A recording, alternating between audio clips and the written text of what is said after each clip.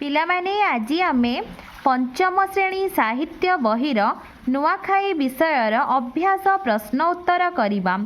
1 number, ଆସ କଥାବାର୍ତ୍ତା ହେବା। କ ନମ୍ବର ପ୍ରଶ୍ନ, ଆମେ ବିଭିନ୍ନ ପର୍ବ ପାଳନ କରିଥାଉ କାହିଁକି? ଉତ୍ତର, ଜଞ୍ଜାଳମୟ ଓ ବିଷାଦଗ୍ରସ୍ତ ଜୀବନରୁ ନିରସତା ଏବଂ କ୍ଳାନ୍ତି ଦୂର କରି ଜୀବନକୁ ସରସ ସୁନ୍ଦର କରିବା ପାଇଁ ଆମେ ବିଭିନ୍ନ ପର୍ବ ପାଳନ କରିଥାଉ। ଖ ନମ୍ବର ପ୍ରଶ୍ନ, ନୂଆଖାଇ ପର୍ବ କେଉଁ ଦିନ ପାଳିତ ହୁଏ? ଉତ୍ତର, ନୂଆଖାଇ ପର୍ବ ଭାଦ୍ରବ ମାସ ଶୁକ୍ଳପକ୍ଷ ପଞ୍ଚମୀ ତିଥିରେ ପାଳିତ ହୁଏ। ଗ ନମ୍ବର ପ୍ରଶ୍ନ, ନୂଆଖାଇ ପୂର୍ବରୁ କେଉଁ ପର୍ବ ପାଳନ କରାଯାଏ? ଉତ୍ତର, ନୂଆଖାଇ ପୂର୍ବରୁ ବିଦ୍ୟାଦାତା ଓ ବିଘ୍ନ ବିନାଶକ ଶ୍ରୀ ଗଣେଶଙ୍କ ପୂଜା ଉତ୍ସବ ପାଳନ କରାଯାଏ। ଘ ନମ୍ବର ପ୍ରଶ୍ନ, ଏହି ପର୍ବ ଆମକୁ କ'ଣ ଶିଖାଇଥାଏ? ଉତ୍ତର, ଏହି ପର୍ବ ଆମକୁ ସାମାଜିକ ବନ୍ଧନର ଗୁରୁତ୍ୱ ଶିଖାଏ। ୱ ନମ୍ବର, ଏ ପର୍ବର ବିଶେଷତ୍ୱ କ'ଣ? ଉତ୍ତର, ଏ ପର୍ବର ବିଶେଷତ୍ୱ ହେଲା ଏହା ଜନସାଧାରଣଙ୍କୁ ସାମାଜିକ ବନ୍ଧନର ଗୁରୁତ୍ୱ ଶିଖାଇଥାଏ। 2 ନମ୍ବର, ବାଲଟିରେ କେତେଗୁଡ଼ିଏ ଶବ୍ଦ ଓ ମାଠିଆରେ ତା'ର ବିପରୀତ ଅର୍ଥ ବୁଝାଉଥିବା ଶବ୍ଦଗୁଡ଼ିକ ଅଛି, ତାକୁ ଏକାଠି କରି ଲେଖିବା। ସରସ ନିରସ, ନୂଆ ପୁରୁଣା, ଶୁକ୍ଳ କୃଷ୍ଣ, ସୀମିତ ଅସୀମ, ଦରିଦ୍ର ଧନୀ। 3 ନମ୍ବର, ତଳେ କେତେଗୁଡ଼ିଏ ଶବ୍ଦ ଦିଆଯାଇଛି, ସେଗୁଡ଼ିକର ବିପରୀତ ଲିଙ୍ଗ ପ୍ରକାଶ କରୁଥିବା ଶବ୍ଦଗୁଡ଼ିକୁ ଲେଖିବା। ନର ନାରୀ, ବୁଢ଼ା ବୁଢ଼ୀ, ବୋହୂ ପୁଅ, ପିତୃ ମାତୃ, ଇଷ୍ଟଦେବୀ ଇଷ୍ଟଦେବ। 4 ନମ୍ବର, ଠିକ୍ ବନାନ ଥିବା ଶବ୍ଦଟିକୁ ବାଛି ତଳ କୋଠରୀରେ ଲେଖିବା। ସରସ, ସରସ ଶବ୍ଦର ଠିକ୍ ବନାନଟି ହେଉଛି ଦନ୍ତେଶ ର ଦନ୍ତେଶ। ସୀମିତ, ସୀମିତ ଶବ୍ଦର ଠିକ୍ ବନାନ ହେଉଛି ଦନ୍ତେଶରେ ଦୀର୍ଘଇକାର, ମରେ ହର୍ଷଇକାର, ତ ସୀମିତ। ଉତ୍ସାହ, ସାମଗ୍ରୀ, ଭ୍ରାତୃତ୍ୱ। 5 ନମ୍ବର, ପିଲାମାନେ ପଡ଼ିଆରେ ଖେଳୁଛନ୍ତି। ଏହି ବାକ୍ୟରେ ଖେଳିବା କାମକୁ ପିଲାମାନେ କରୁଛନ୍ତି, ତେଣୁ ପିଲାମାନେ ହେଉଛି କର୍ତ୍ତା, ଖେଳୁଛନ୍ତି କ୍ରିୟା। ସେହିପରି ତଳ ବାକ୍ୟଗୁଡ଼ିକରେ କର୍ତ୍ତା ଚାରିପଟେ ଗୋଲ ବୁଲାଇବା ଓ କ୍ରିୟାପଦ ତଳେ ଗାର ଦେବା। କ ନମ୍ବର ପ୍ରଶ୍ନ, ଝିଅ ବୋହୂମାନେ ଘରଦ୍ୱାର ସଜାଡ଼ନ୍ତି। ଏଠାରେ ଝିଅ ବୋହୂମାନେ ହେଉଛି କର୍ତ୍ତା ଆଉ ସଜାଡ଼ନ୍ତି କ୍ରିୟା, ତେଣୁ ଝିଅ ବୋହୂମାନଙ୍କୁ ଗୋଲ ବୁଲାଇବା ଓ ସଜାଡ଼ନ୍ତି ତଳେ ଗାର ଦେବା। ଖ ନମ୍ବର, ମୁଁ ବାପାଙ୍କ ସାଙ୍ଗରେ ଭୋଜି ଖାଇବାକୁ ଗଲି।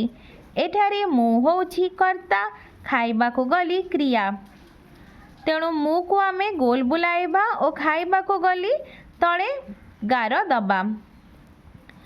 ଗ ନମ୍ବର, ଚପଳା କାଲି ନୟାଗଡ଼ରୁ ଫେରିବ। ଏଠାରେ ଚପଳା ହେଉଛି କର୍ତ୍ତା, ଫେରିବ କ୍ରିୟା। ଘ ନମ୍ବର, ତୁମେମାନେ କାହିଁକି ସମୟ ନଷ୍ଟ କରୁଛ? ତୁମେମାନେ କର୍ତ୍ତା, ନଷ୍ଟ କରୁଛ କ୍ରିୟା। ୱ ନମ୍ବର, ଅଳସୁଆ ଦୁଃଖ ପାଏ। ଅଳସୁଆ ହେଉଛି କର୍ତ୍ତା, ପାଏ କ୍ରିୟା।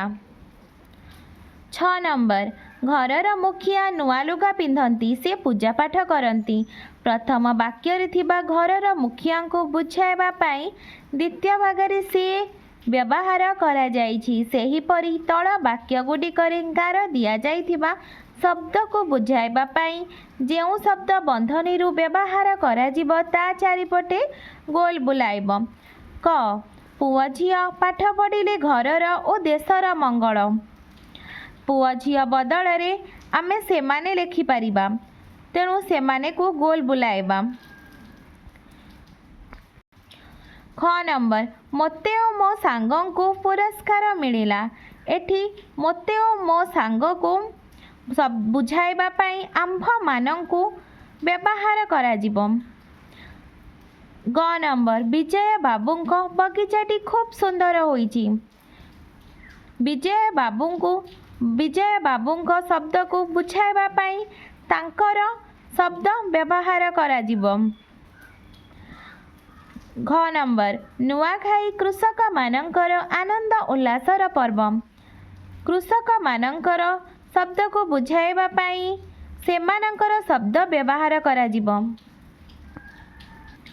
7 नंबर सोमा और राजू जदि आसीबे मु जीबी। एही वाक्य रे ओ जदि शब्द दुईटी अभय पद सेहीपरि तल वाक्य गुड़िकरे थिबा अभय पद को बाछि लिखिबा। क नंबर मु ताको डाकिली किंतु से आसिला नाही। एठारे अभय पद हेउछि किंतु। ख नंबर वृक्षलता तो आमर बंधु। एठारे अभय पद त। ग नंबर अलसुआ होई बस नाही बरं किछि काम कर। एठारे अभय पद बरं। घ मु ताको एते अनुरोध कली तथापि से मो कथा सुनिला नाही। एठारे अभय पद तथापि। व नंबर से आजी आसीथिले पुणी काली आसीबे। एठारे अभय पद पुणी। 8 नंबर तले दिया जाइथिबा प्रश्न गुड़िकर उत्तर लिखिबा। क नंबर प्रश्न नुआखाई पर्व केबे पालन करा जाए। उत्तर नुआखाई पर्व भाद्रव मास शुक्ल पक्ष पंचमी तिथि रे पालन करा जाए। ख नंबर प्रश्न एही पर्व पालन पूर्वरु लोक माने किपरि निजको प्रस्तुत करंती। उत्तर एही पर्व पालन पूर्वरु लोक माने घर सजासजी कामरे लागी पड़ती। घर द्वार लिपा पोछा घरे व्यवहृत सामग्री को सफा एवं दुकान बजाररू पूजा सामग्री किणाकिणी इत्यादि रे निजको प्रस्तुत करती। ग नंबर प्रश्न नुआखाई जुहार किए काहाकू करती। उत्तर नुआखाई जुहार सान माने बड़ मानंकू करती। घ नंबर नुआखाई भेट घाट केते बेले होई थाए। उत्तर नुआखाई सरिबा परे नुआखाई भेट घाट होई थाए। झियो बोहू माने रंग बेरंग पोशाक पिंधि गुरुजन मानंकू मुंडिया मारी जुहार हुअंती। व नंबर प्रश्न तुमे जानिथिबा केतोटी पर्व पर्बाणीर नाम लेख। उत्तर रज पर्व गणेश पूजा दशहरा सरस्वती पूजा दोल उत्सव चैत्र पर्व इत्यादि। 9 नंबर निज भाषा रे बुझाई लेखिबा। एथिरे जाति अजाति उच्च नीच भेदभाव न थाए। उत्तर एथिरे डट डट डट न थाए। उक्त गद्यांशटी साहित्य कुसुम पुस्तकर नुआखाई विषयरू आनीत। एही प्रसंगरे लेखक विपिन बिहारी बिसी नुआखाई पर्वर महत्व वर्णना करिछंती। नुआखाई एक सामाजिक और कृषि भित्तिक पर्व। एही पर्व पालन फल नुआ फसल अमल पाई कृषक मनरे आनंद उत्साह बढ़ी जाए। एही पर्व जी जेउठी थिले मध्य गृह पहुँचती। एही पर्व जनसाधारण को सामाजिक बंधनर गुरुत्व शिक्षा दिए। व्यक्ति व्यक्ति मध्यरे मानविकता भ्रातृत्व भावना सृष्टि करिथाए। एथिरे जाति अजाति उच्च नीच भेदभाव न थाए। प्रसंगटी शिक्षामूलक। 10 नंबर तले किछि पर्व और सेही पर्व गुटिकर निर्दिष्ट समय विषय रे सूचना दियागला। आस गार टाणी सेमानंको मिसाइबा।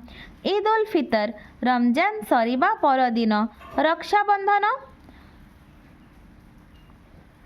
श्रावण पूर्णिमा बड़ दिन डिसेम्बर मास 25 तारिख।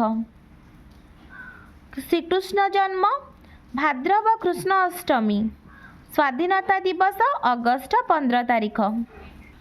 11 नंबर तले दिया जाइथिबा प्रत्येक शब्द पाई केतोटी अर्थ दिया जाइछि। ठीक अर्थ स्थान रे गोल बुलाओ। उद्दीपना उद्दीपनार अर्थ उत्साह। परंपरा परंपरार अर्थ प्रथा। संप्रदायर अर्थ गोष्ठी। विषादर अर्थ दुख।